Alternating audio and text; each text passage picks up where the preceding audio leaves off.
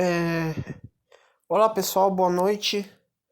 É um vídeo um pouco tarde, mas eu quero gravar esse vídeo, né, para esclarecer algumas coisas, né? Aqui no artigo 22, antes de eu falar do artigo 22, eu quero falar sobre a questão do Moro tá trabalhando na Álvares Marçal, né? É, Álvares Marçal é ponto pacificado que ela cuida dos interesses da massa falida da Odebrecht, né? Em processos que o Moro foi juiz, né? E processos recentes, né? Não houve uma quarentena por parte do Moro, né? Que foi imediatamente trabalhar. Ele diz que não é uma consultoria jurídica, ele não trabalha como advogado, é apenas uma consultoria. Mas envolve a questão da recuperação judicial, que é um tema jurídico. Então, é a primeira contradição. E basta, né? Eu não tô aqui com o Estatuto da Magistratura, né? Que é outra lei que se embasa a nossa discussão agora nesse vídeo, né? A gente está discutindo a questão do conflito de interesse, né? Aqui uma leitura do artigo 22 do Estatuto de Advocacia da OAB, né? Quem prestou a OAB normalmente estudou bastante isso, porque é um tema, né, que são 10 questões, né? Perdão, são 10 questões do Estatuto da Advocacia no exame de ordem, né? Que o exame de ordem, ele tem 90 questões, né? Entre todos os temas, entre 15 matérias, né?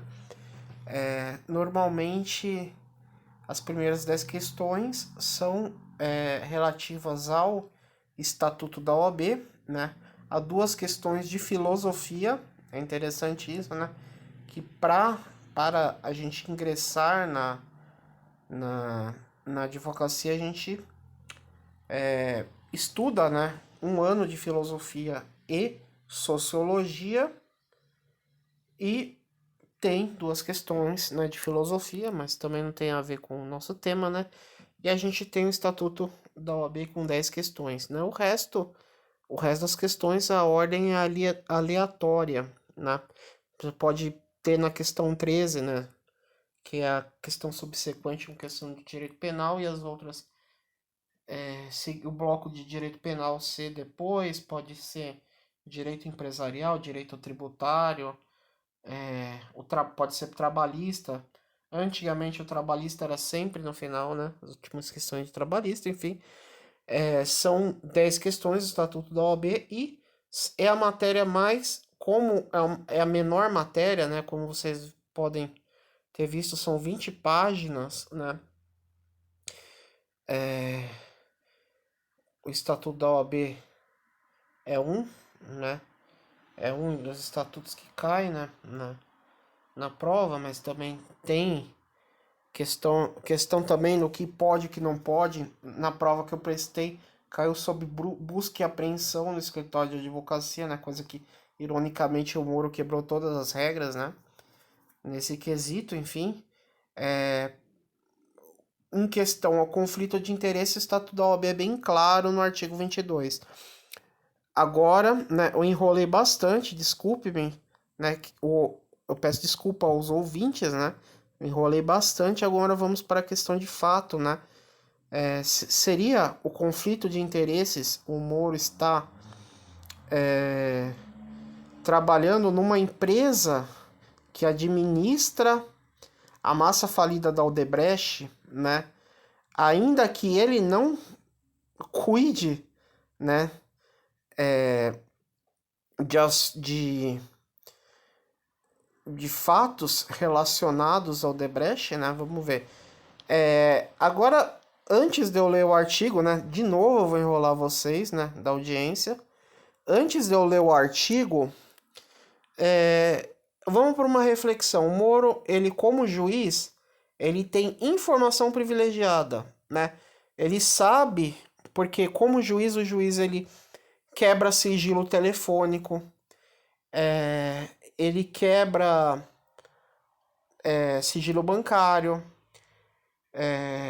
enfim, ele julga inúmeras causas referentes a várias empresas, né? Então há uma questão também, as patentes elas têm sigilo, né? Então você, por exemplo, como juiz, você julga ações da Toyota, da Volkswagen sobre patente, um exemplo qualquer, da Apple, né? Que é um segredo industrial, e daí você vai trabalhar como juiz, né? Por exemplo, você acaba de sair da magistratura e vai trabalhar numa empresa, né? Você detém segredo industrial também, por exemplo, né? E detém, no caso do Moro, informações privilegiadas, né?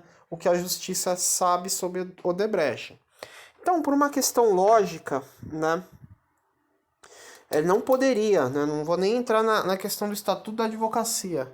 Né? Por uma questão lógica, não poderia, né, trabalhar porque ele tem informações sigilosas, informações privilegiadas sobre as empresas, né? Então, ainda que ele coloque uma cláusula dizendo que ele não vai trabalhar em casos que envolva Odebrecht, não vai prestar consultoria para Odebrecht, é uma cláusula nula de pleno direito, porque você não tem como de fato avaliar se não será vazada alguma informação.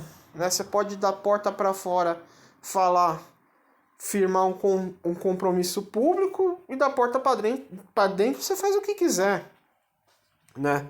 Então vamos ler o artigo 22, né? Vou ampliar para vocês, vai ficar um pouco pequeno ainda, mas ó, o advogado cumpre abster-se de patrocinar causa contrária à validade ou à legitimidade de ato jurídico em cuja formação haja colaborado, né? Vocês sabem que a sentença do Moro, né? O Moro julgou casos que envolviam a empresa Odebrecht, né? A ação haja colaborado, intervindo em qualquer maneira, da mesma forma que deve declinar seu impedimento ou da sociedade que integre, não é? Se você faz, né, parte da sociedade, você não pode, né, advogar. Por exemplo, eu tô um exemplo qualquer, eu tô advogando para uma das partes, né, num divórcio. Daí eu entro numa sociedade que ela patrocina uma causa da parte contrária, só que não envolvendo um divórcio. Não interessa, entendeu? É conflito de interesse. Ou quando você tem dois advogados da mesma sociedade patrocinando clientes de pretensões contrárias, né? Na série Suits tinha isso, né? Mas pode ser uma ficção, mas aqui no Brasil não é admitido, né? Da mesma forma, deve declinar seu impedimento ou da sociedade que integre quando houver conflito de interesses motivados por intervenção anterior no trato de assunto que se prenda ao patrocínio solicitado. Né? Essa questão da configuração do conflito de interesse é bem clara. Né? Uma simples leitura do artigo, né? Quem quiser também pode me corrigir nos comentários, ou se eu estiver errado, eu faço autocrítica, né? Mas é isso, né? Eu não li o Estatuto da Magistratura, né? Pode ter alguma informação que contradiz, né? Mas quero aí que vocês deixem os comentários, é isso.